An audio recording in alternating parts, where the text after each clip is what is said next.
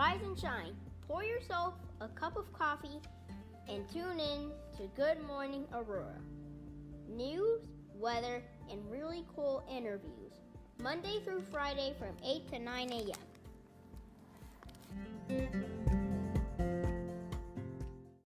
Good morning, Aurora. Good morning, Aurora. Good morning, Aurora. The time is 7:10 a.m. and you are listening to Good Morning Aurora, the second largest city's first daily news podcast. And it's Thursday, y'all. Good morning. It's the first of the month.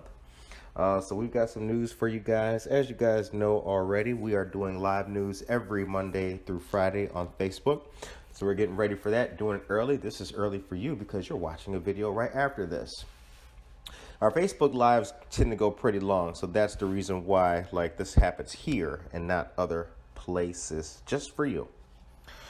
All right, so First Fridays are coming back, as we know, and that's happening this weekend. Once again, McCarty Mills and the Aurora Public Library and Cottonseed have great events happening. Cottonseed from 6 to 8:30 p.m., a pigment of your imagination, pop-up art shop and meet and greet with Madi Del Val and Thelo Halo. Aurora Public Library has Dave Vermont live music and in-person performance of favorites and originals. And Perry Slade, featured artist, photographer, artist conversion of found communications within the environment. That's from 6 to 8 p.m. From 5 to 10 p.m. at McCarty Mills, 140 South River Street, Suite 108, there's Art by Devin, an original art and pop-up shop that's brought to us by Viso Arts. Shout out to Viso Arts, Devin, and McCarty Mills. All right, so more and more cool stuff is going on here in our fantastic city. Don't forget that today at 6:30 p.m. is Spring Break Bingo. Join the Aurora Public Library for children of all ages gathering of bingo on Zoom. The meeting details and DIY bingo cards and information will be sent via email. Registration is required for that. And tomorrow there is Cuteness Overload. That's at 10:30 a.m. That's the Aurora Public Library, so shouts out for all that they do. Lots more cool stuff is happening on Saturday. We've got the Treats for Sweets drive-thru, MLK Park, 1 p.m. to 4 p.m.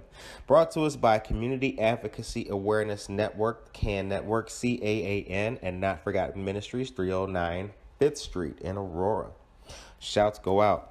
Shouts also go out to all the local businesses. If you guys noticed, yesterday we did a great interview with Maria Bonita Modeling Agency and with Carolina Ocampo. It was a great episode, really good, and please check it out. Don't forget to subscribe to the show on Spotify, YouTube, iTunes, or wherever you get your podcast from. And we've got a whole lot more good stuff coming. Reach out to the show. Send us an email, goodmorningaurora@gmail.com, or give us a call and leave us a voicemail, 331-256-7782. We will read or listen to voicemails live on the air, so it could be you. Anyway, you guys have a great rest of this day, and we're going to get ready to do live news here on Facebook every morning, Monday through Friday, starting at 8 a.m., and we got another great interview coming up after the sound of my voice. And that is the news. All right. Good morning. Morning. Great to see you. Yeah. I'm glad you found the place. Yes. It's hard to find, but once you know where it is, The you will river never shot forget. was super helpful. Yeah. I was like, oh, okay, that makes sense. Yep. For our listeners and our viewers, let us know who you are. Okay. My name is Victoria Hyla Maldonado. I'm also published under Victoria J. Hyla. I'm an author and an editor and a mom and a local person. Awesome. And where were you born and raised? I was born in Chicago Heights. I was raised in Lake Zurich, Illinois, and then I moved down to this area, in the early 2000s. And basically, I've lived in this area since 2003, except for a brief, bad choice of Texas for 2 years. But other than that, I've lived in this area since then. So what similarities between, or are there any similarities between the Lake Zurich story and Aurora? Lake Zurich is a tiny, I would say, bedroom community. Okay. Aurora is a bustling metropolis, and it's really neat to have been seeing Aurora get enhanced over the last couple of years with all new businesses coming in. But yeah, Lake Zurich is more sleepy. and a little less metropolitan, I guess. Right, yeah. Yeah. It kind of sounds like that in the name, too. Lake Zurich. Well, the lake in the town is named after a similar lake in Switzerland, in Zurich, Switzerland. Oh. And it's basically, and Al Capone had like a summer house in the area, something like that. Famous if you know Claim about to it. Very fame. cool. All right. And so you've been here since the 2000s. What are a few of the changes that you've seen here in the Aurora area since then? I love the vibrance. There's more availability for families to come down into the city. There's more events. There's more fun restaurants that are coming in. I mean, like Gillerson's is fantastic. Like, there's so many places. And I know a couple of days ago you were mentioning McCarty Mills. We're big fans of that too.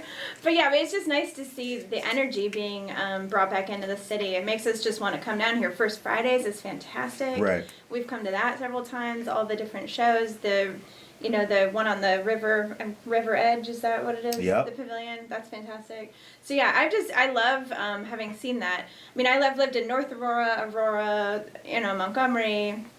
So I've lived kind of all over the river, and it's just been nice to see how it's changing and growing. So before COVID, it's safe to say that you were out and about. You were really taking part in the community. Absolutely. Good. You meet folks sometimes who are Aurorans, and they live maybe by the Fox Valley Mall or something like that. They live kind of more on the outskirts, and they rarely venture in. Oh, I've always lived by the river. Yeah. So, Awesome. yeah. All right. Growing up, what impact did your dad have in your life? He was very smart, and he's an engineer, chemical engineer. I clearly didn't go that route, but he always promoted education and just gave me an example of how men can be emotional and sensitive and gentle, and that wasn't a big deal, and it wasn't a problem. So I had a really good role model as when I was growing up in that way. Right. So, yeah, he was always there.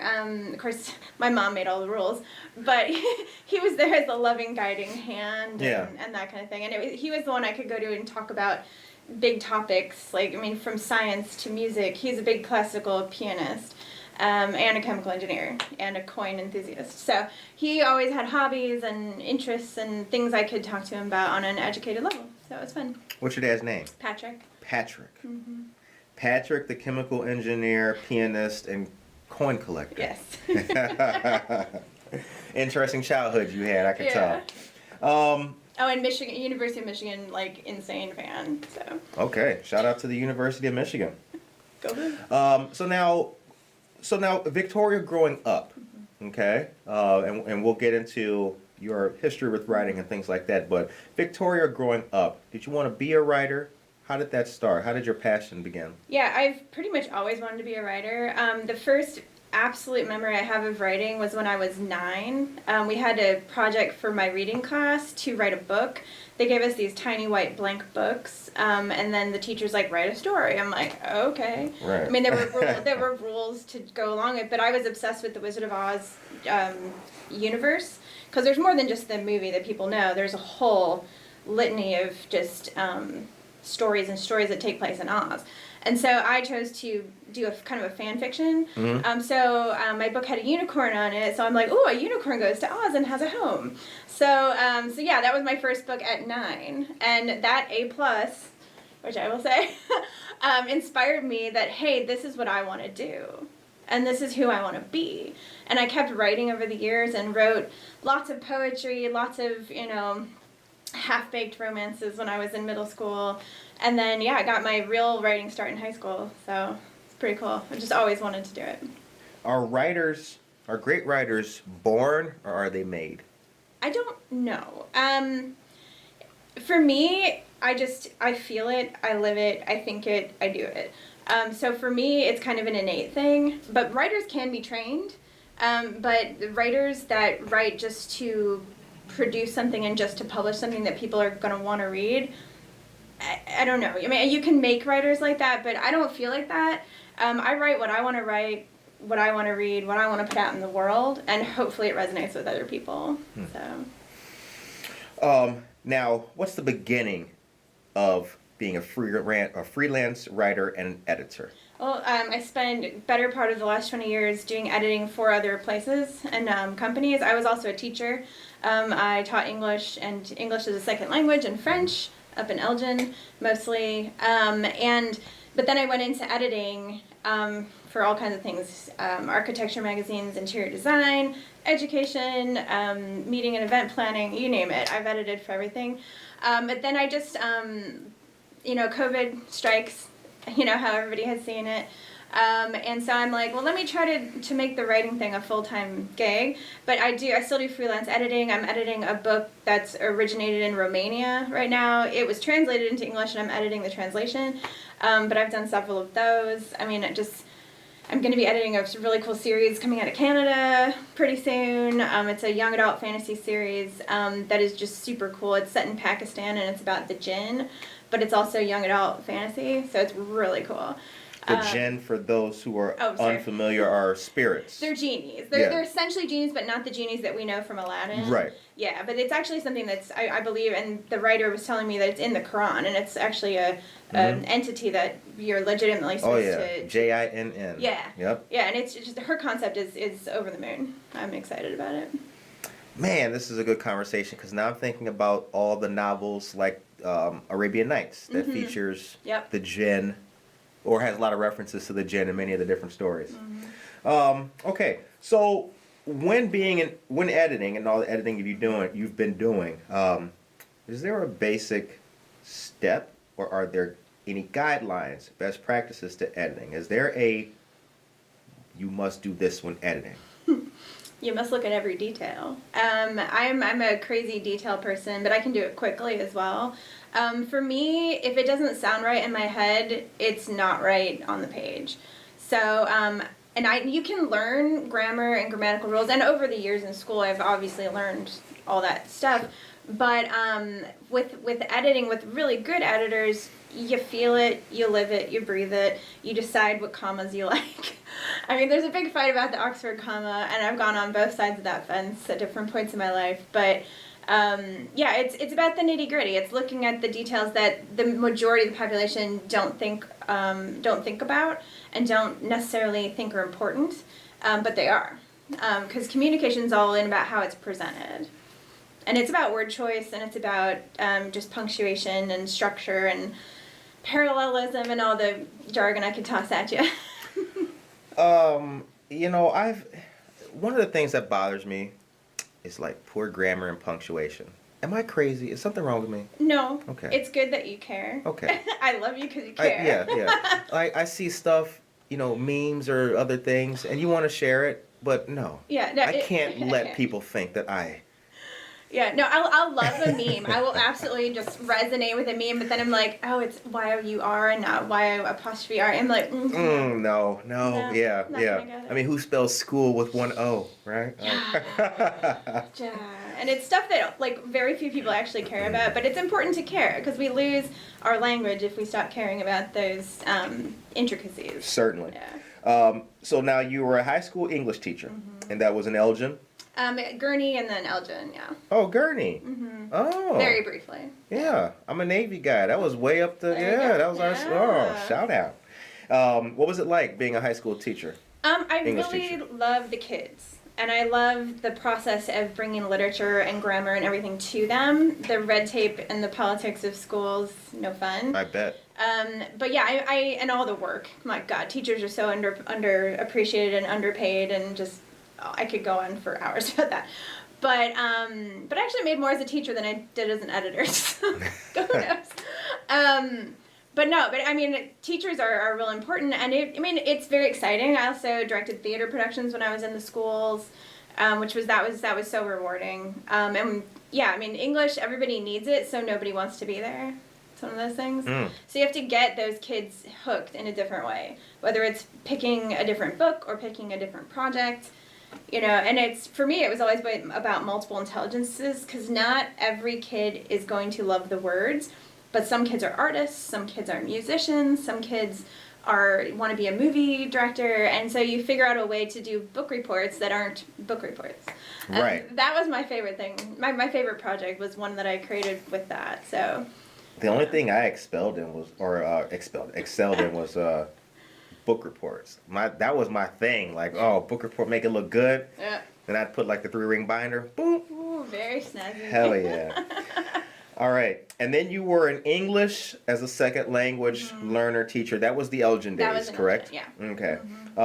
Now, what was that like? That was really awesome. Because I'm not Hispanic. I mean, I'm married to someone who's from Mexico, but I'm not myself Hispanic. So when I first got into those classrooms, first day I'd be like, kids, you can ask me anything. And they would be like, Miss, where are you from? I'm like, here? Yeah. And they're like, no, where are you from? Because all the other teachers were Latina or Latino of some origin. Right. And I'd be like, no, I'm from here. They're like, no, like, what country? I'm like, here. It's like, and then the next question would be, why do you care? Why are you teaching us? And I'm like, because you deserve an education, and I want to help, and I love Spanish. Right. So, yeah. So, I mean, and I studied abroad in Mexico, too, so I do have Spanish knowledge, but I mean, I treated them like any other kids. I was there for more support, I guess. What does America mean to you? It's home. It's opportunity. It has potential. And it's about freedom, and it should be freedom for everybody, I think. And it should be respect for everybody. Right. So, yeah. All right. Tell me about the Hearts Drawn Wyld trilogy. Yeah, so that's my big romance trilogy here. It's 3 books, and I started the first one when I was 15 years old. I didn't publish it till I was 31, but a crush I had in high school, he literally slid up next to me in gym class, and he's like, write a book about me. I'm like, bet. I'm like, well, give me a character. And he's like, okay. So he gave me this 2-page character sketch of the character that's Matt Brennan in the book. And from there, I wrote a 50-page novella that made him cry, which was hilarious because he's like a big cowboy dude. And then I just sat on it, and it grew with me over time. And I finally published it at 31 because I'm like, I just need to do it. But yeah, the book grew with me over time and grew and developed and changed. And then the second one just flew out after that because it was a continuation of the story. And then the last one I waited on for 6 or 7 years because I had to grow and change the person. And that one is quite different. What do you mean grow and change the person? I went through a huge transition around, 2008 to 2013.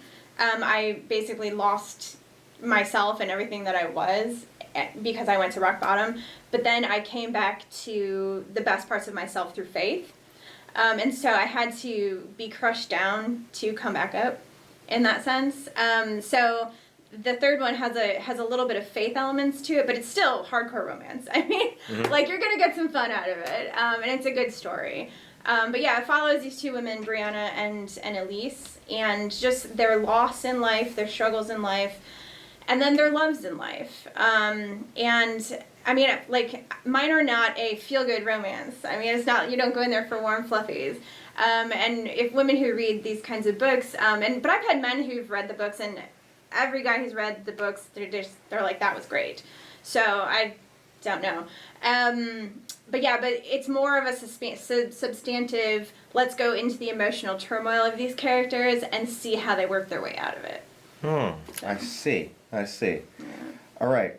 Now, The Evidence I Have Lived. Yeah. That's this one. It's not my book, necessarily. It's written by this woman, Lisa Gullo. Well, she wrote all the poetry. But she passed from suicide in 2018 after a multi-year struggle with it. She had hemiplegic migraines, which gave her seizures, and she was sexually abused as a child, and she had depression and isolation, anxiety, and that kind of stuff. She wrote it all down in a journal of poetry that she never showed to anyone. She might have showed maybe 5 to 6 to maybe 10 poems to someone ever.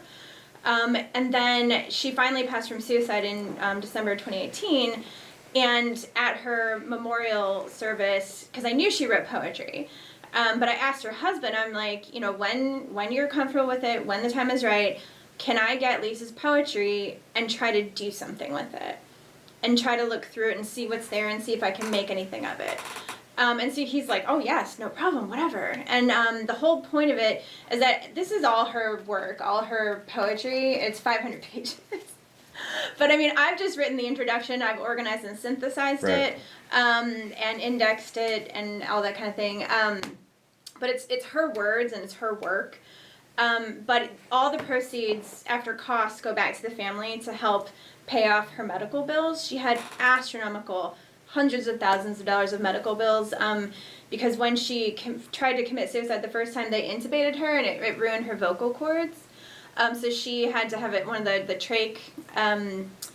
Yeah, it's the thing where she has to press it to speak. Right. But yeah, she had that, and that's when I met her. I met her through our church. We go to Community Christian in Naperville, and I just on Ogden. Yeah. Mm-hmm. Yeah. Yeah, the yellow box. Okay, yeah. Yeah, and so we met through there in a program called Alpha, which I now run for the church, which is a whole different story. But yeah, so she came to faith, and even though she came to faith, and you can see that shift in her poetry, right? And because she dated almost everything, nearly 80% of her poems were dated, so it reads like a journal. And I kept those dates intact when I was trying to figure out the structure. But she came to faith, and you can tell the change in her poetry. But suicide still eventually took her for a lot of different reasons.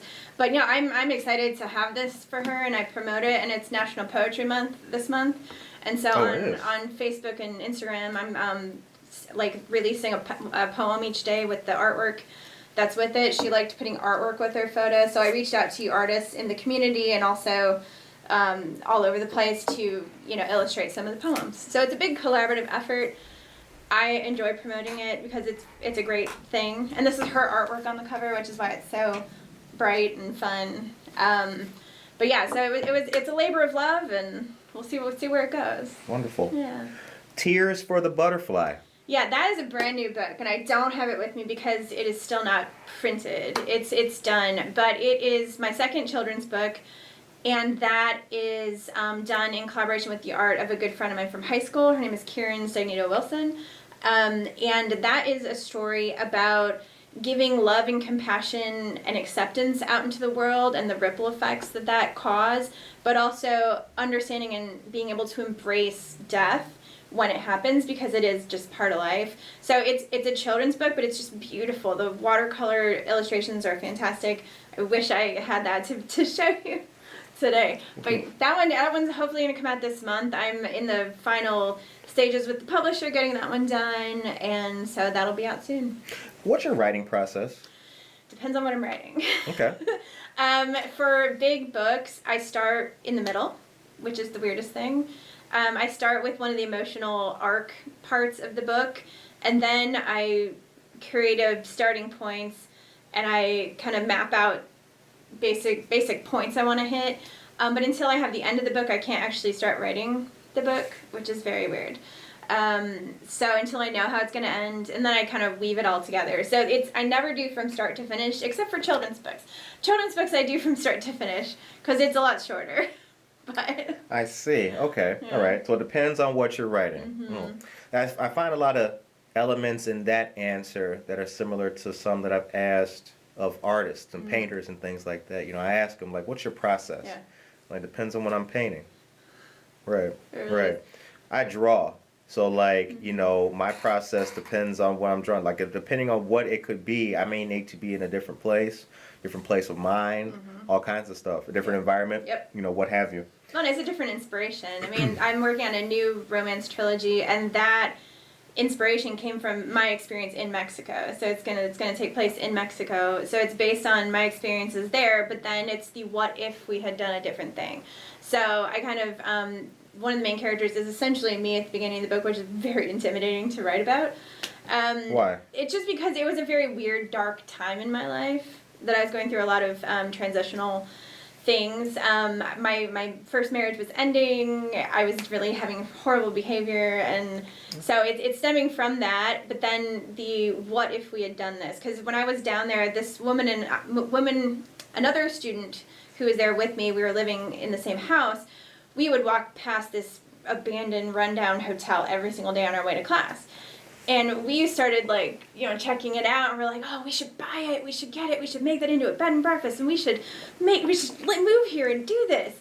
And, you know, we never did. We came back, life took over. But that trilogy is the what if we had done that? Mm-hmm. And then it explodes into adventures and romance and life decisions, and there's some mafia elements in it. So that one's kind of it's an interesting departure. But like my third book takes place in Paris. That's taking place in Mexico. I don't know. I like to keep it abroad. So. Now, when you do write, so the writing process that you have depends on what you're writing. Yeah. Is there or has there been a typical spot? Even you got a favorite desk? Yeah. Well, I have a big desk in my office, and that's where I do the nitty-gritty, here I'm going to go at it. Okay. But my favorite spot to get inspiration and to write is our back deck at our house. Okay. Especially in the warmer months, because right now it's a little frigid. But in the warmer months, I just go out there with my coffee, I handwrite to start when I'm doing novels. It's so inefficient, but it feels good. So I handwrite, and I just sit there, and I just go, like, stream of consciousness almost. And then when I go back and type it all in, that's when I start to formulate it and start to move it around. But I write when the iron strikes. I do a lot on my notepad on my phone, just wherever it strikes me. That's awesome. Now, what do you want readers to take away from your work? Yeah, again, I mean, it really depends on what it is. But from this my romance trilogy, the thing to take away is that no matter how dark your life gets, it creates who you are, and it makes you into the person that you need to be. And that's kind of how my life has reflected that too. So is mine. Yeah, it's awesome. Until you've gone to the darkest part of who you could possibly be, it's challenging to see what's the best part you can be. Not that you can't do it, but like some of my characters go through really, really dark stuff, but I mean, ultimately they do come out better for it. And they have to learn to appreciate that. So that's kind of where the novels come out. And even in the new trilogy, that's probably one of the underlying themes. For the kids' books, I want kids to learn some great values. Like this one's about kindness. The other one's about love and compassion. But I also want parents to not be like, oh God, we really have to read that again. Right. You know, because I'm a parent of 5-year-old twins. I have to read what they're reading because I'm reading it to them. If it's just awful, I don't want to sit there and do it, even if it's their favorite book. I will, but It's just like, not that one again. Really, do we have to do that? But this one, I feel like it's accessible for parents. It's accessible for kids. And that's kind of my goal. I mean, it depends on which kind of kids book I'm writing. I just wrote a funny one that my son inspired. He wanted a Hickory Dickory Dock, but monster themed. Mm-hmm. And so I've written it and I've laid it out. I'm just searching for the right illustrator for it. But yeah, that one's super funny. Like one of the monsters just farts all over everybody. I mean, it's funny. That one doesn't have any life lessons really, but my first two do. So. It's fun to diversify, I think. All right, and you got a children's book there, which is Bartleby. Yeah. Hold that up. Yeah, this is Bartleby the Brave. This has been out since January. So, and the artist is a man, Ronald Botts. He's in Round Rock, Texas. That's near Austin. And I found him when I was asking for art for this book. He submitted some art for that, and then I asked him, I'm like, I love your birds. Would you want to do a children's book? And he's like, sure. So yeah, so this is Bartleby, and this is a story about compassion, kindness, and bravery in the face of situations where you really might not want to help somebody. Right. Yeah, because I mean, the essential thing is that Bartleby is this tiny little sparrow, and he just wants to watch like the Bird Cup games, and it's inspired by the fact that when you're driving along a highway, birds dive bomb your windshield. I know everyone's had that experience. Mm-hmm. You're like, why? You have the entire sky to use. Why do you dive bomb my windshield and almost, get hit?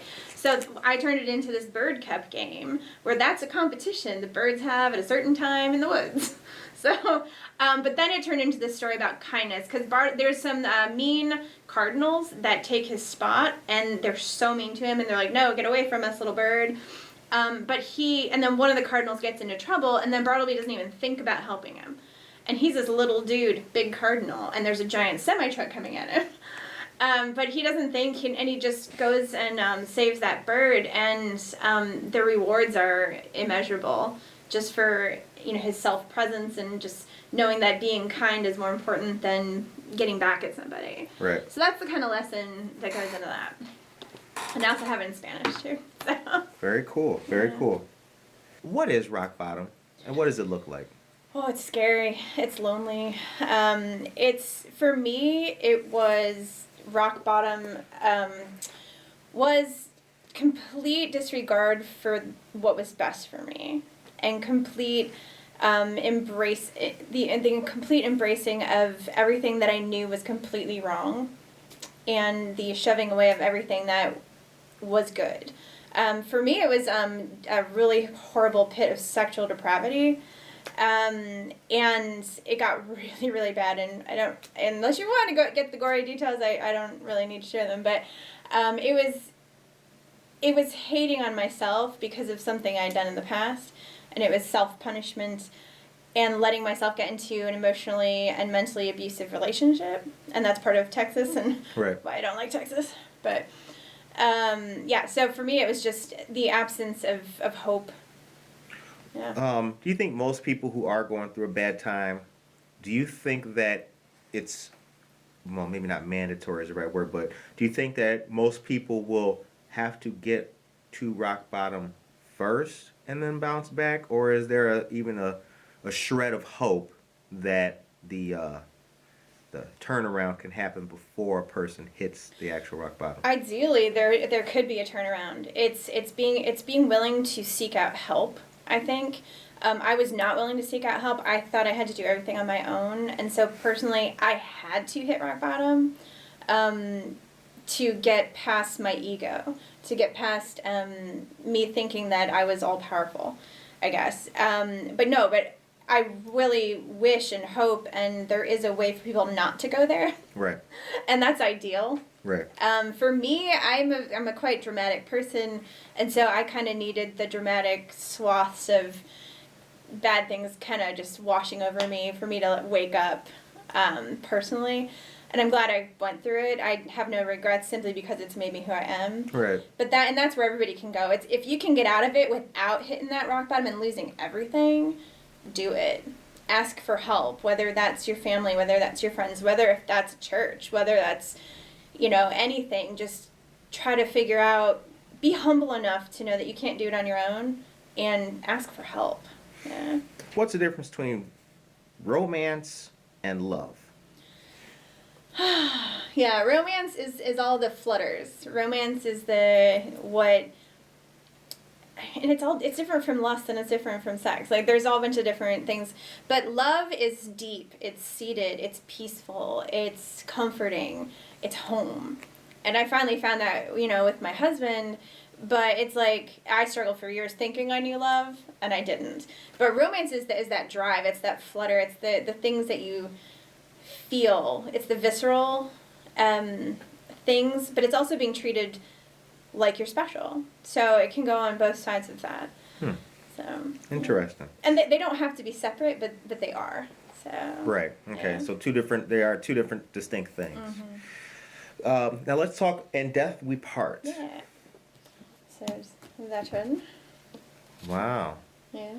All right, so let me see here. Let me just take a look at the title. I'm looking at the artwork too, and it's like we've got what looks like a city girl who met or absconded to the country, and she meets Clint Eastwood in Unforgiven right there.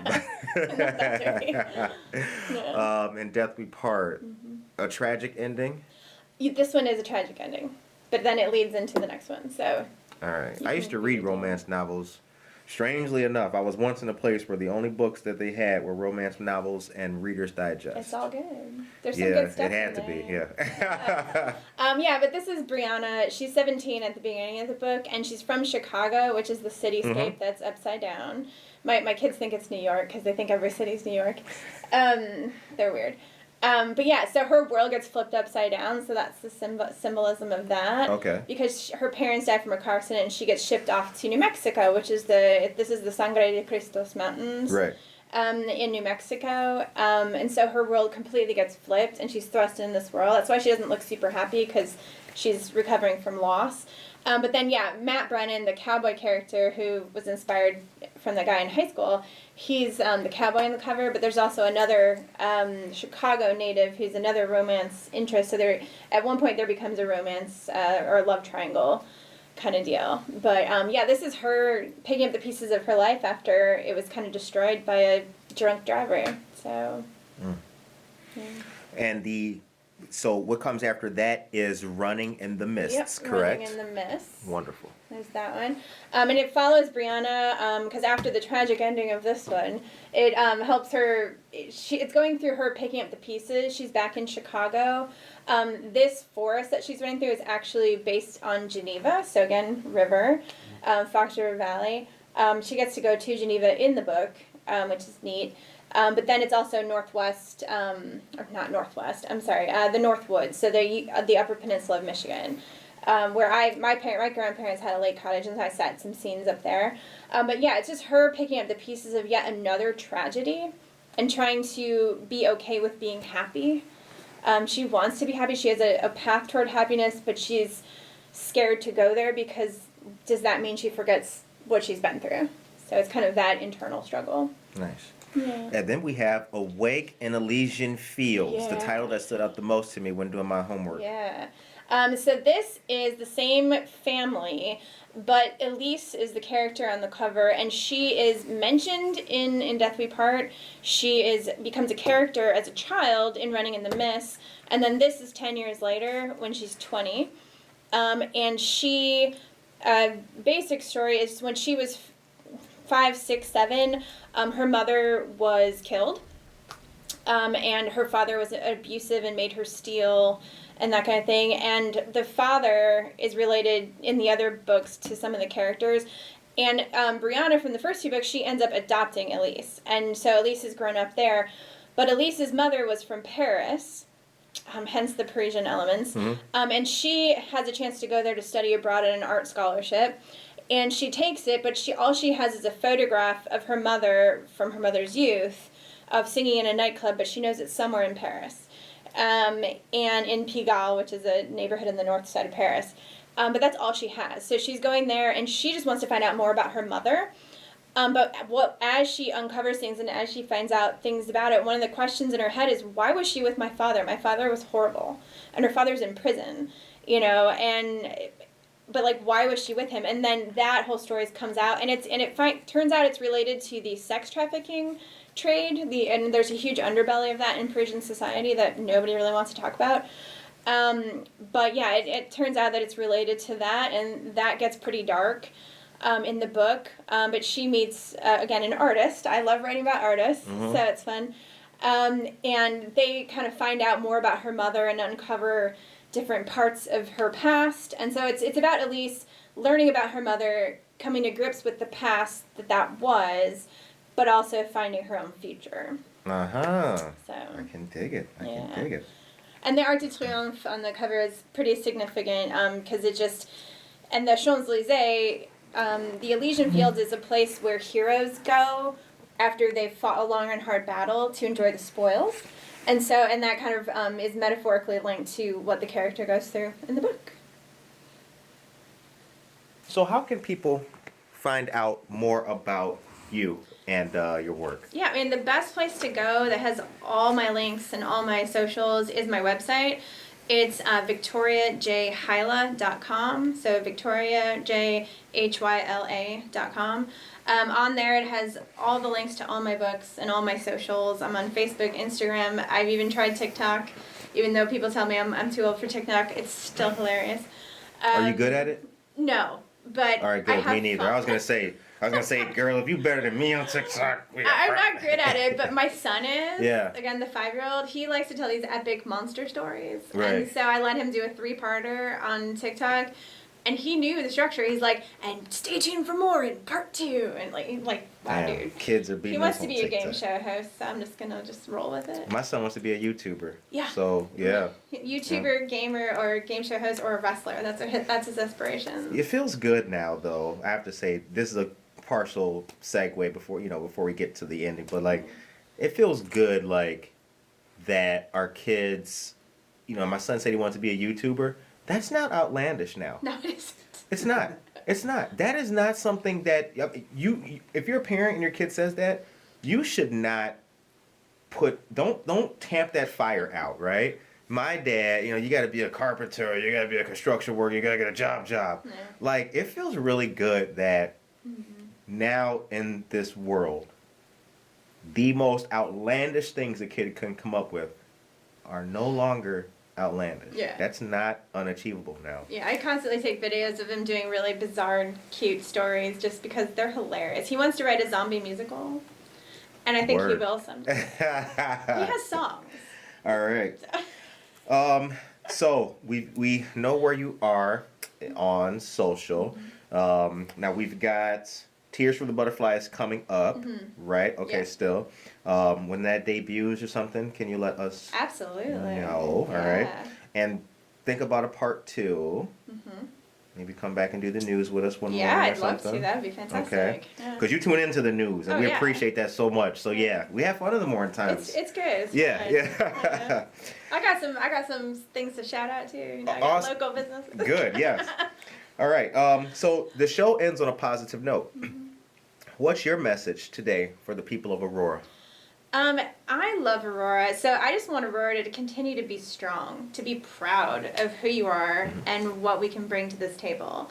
Aurora gets kind of a weird rap from other communities. I've seen it. I've been part of it, and Elgin gets bad rap too, but like, Aurora, because I've lived in this area for so long, I've seen the awesomeness that can come out of it. My husband's lived here since he was 8, like in actually Aurora, east side, west side, all over the place. And he's just seen the changes too. But I just think, Aurora, be diverse, be strong, be proud. Right. Embrace who you are and don't take any of the guff from anybody because, we're a great town. We really are. So. We appreciate your time. Coming on to the show. This was a good episode. This was really good. Thank you. Got to learn. And I'm going to take you up on autographing those. Yeah. We'll have to make a reel or something like that. IG. All right. All of you guys out there, please check out wonderful author Victoria Hyla Maldonado and all of her work, including the Hearts Drawn Wyld trilogy. Yeah. Very good stuff. We'll see you guys tomorrow. Peace.